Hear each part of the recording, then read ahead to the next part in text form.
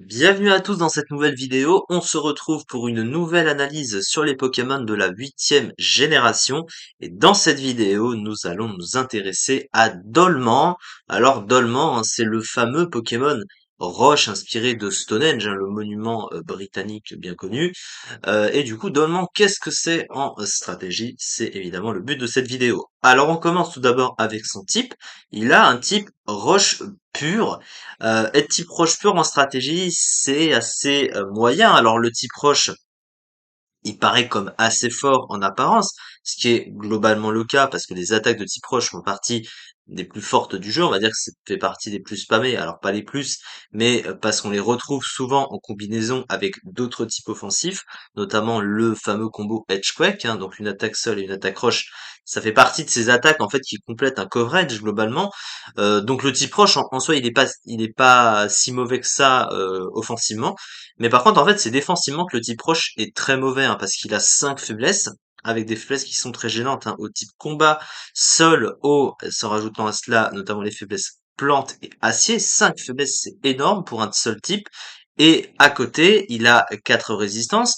Alors, les résistances normales et poison sont pas recherchées globalement en stratégie, mais bon, la résistance feu et vol beaucoup plus, mais globalement, ça fait quand même beaucoup de faiblesses. Donc ça, défensivement, c'est vraiment mauvais. Offensivement, c'est pas mauvais du coup, hein, voilà, c'est correct, mais le truc, c'est que à côté d'autres Pokémon de type roche, en fait, qui vont s'apporter plus, parce que généralement, bah, ils ont un double type, hein, notamment Terrakium avec son type combat roche. On a Rhinastok aussi de type roche et sol qui va avoir une immunité au type électrique, notamment, une double résistance poison aussi, mais globalement l'immunité au type électrique, et la résistance au piège de roc également, et ben lui, ça va pas être le cas parce qu'il est juste type roche, donc en étant seulement roche, il va pas apporter plus qu'un autre type roche, comme je viens de citer globalement, donc il se démarque pas vraiment à ce niveau-là. Et le problème des types roches, mais ça on va le voir, c'est qu'ils ont une synergie de statistiques qui les handicape beaucoup parce qu'ils sont toujours centrés sur la même chose en fait les types roches, mais on va le voir juste après. Alors rapidement le talent, mais le problème de son talent c'est qu'il n'est pas utilisable en combat solo, c'est Power Spot ou cercle d'énergie en français qui booste de 30% les dégâts de ton allié quand tu es sur le terrain, mais du coup bah ça fonctionne qu'en combat duo, puisque ton Pokémon lui-même ne peut pas booster ses dégâts, donc ça sert à rien en solo, c'est comme si qu'il avait artificiellement pas de talent. Et avoir pas de talent quand même, c'est triste, hein, on est d'accord à ce niveau-là.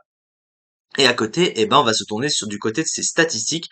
Et c'est un problème parce qu'on remarque la même synergie que beaucoup de Pokémon de type roche. Mais là où certains Pokémon de type roche sont moins pires, lui, il a vraiment la grosse caractéristique qui va poser problème. Alors, qu'est-ce que c'est globalement?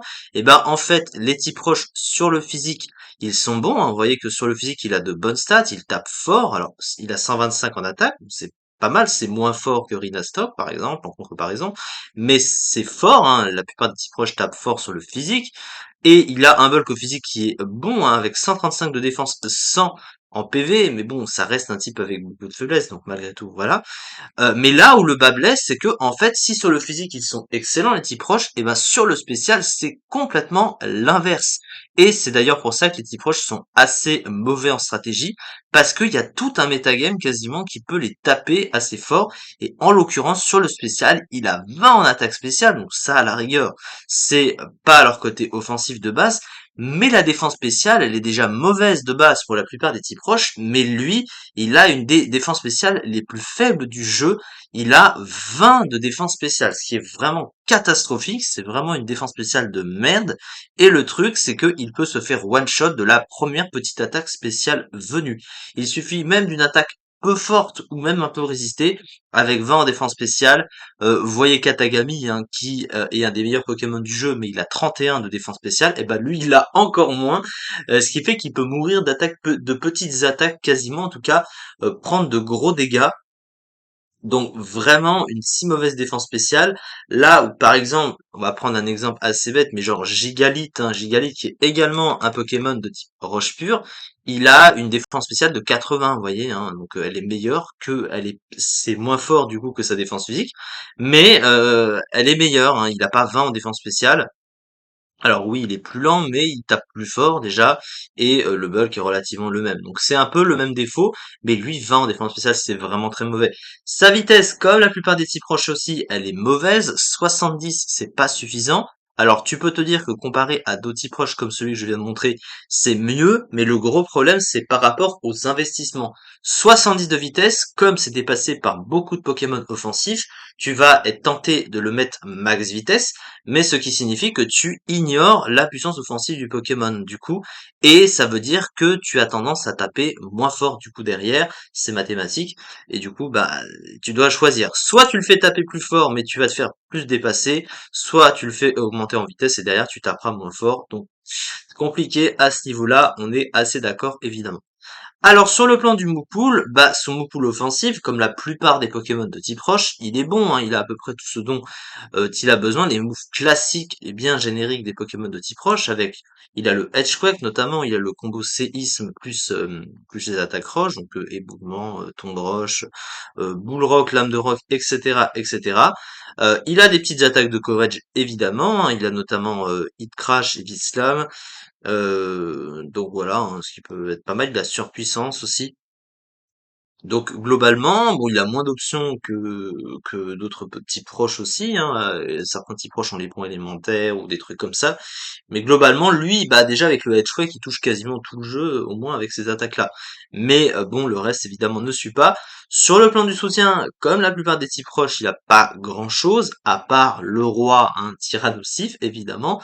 Mais vous voyez, il a les pièges de roc, mais la plupart des types proches, enfin je pense que quasiment tous les types proches ont des pièges de roc.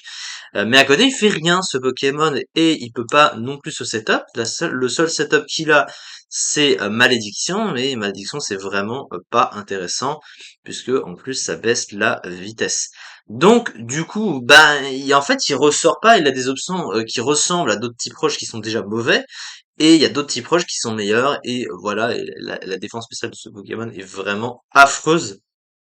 Ce qui fait que c'est quand même terrible d'être encore plus fragile sur déjà un handicap de base des Pokémon de type roche, hein, c'est clairement triste.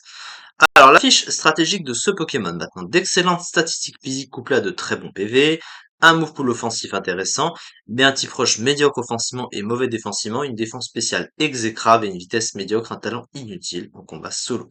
Donc malheureusement, ce Pokémon est tout bonnement mauvais, hein.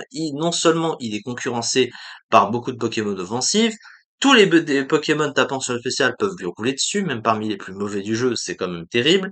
Et en plus de ça, il a des problèmes de stats qu'on a évoqués en termes de vitesse, etc. Et surtout, bah, il est concurrencé avec d'autres types roches, sachant que globalement, il n'y a pas beaucoup de Pokémon de type roche qui ressortent vraiment beaucoup du lot. Et du coup, regardez où il est, un 112e du classement le mois dernier en ZU avec 0,2%. Donc il est vraiment très mauvais, voilà, il n'y a pas trop de débat à ce niveau-là. C'est ça pour cette vidéo sur ce cher Dolman. On se retrouve prochainement pour la suite des analyses sur les Pokémon de la 8e génération. Merci beaucoup de m'avoir suivi et à très vite pour la suite.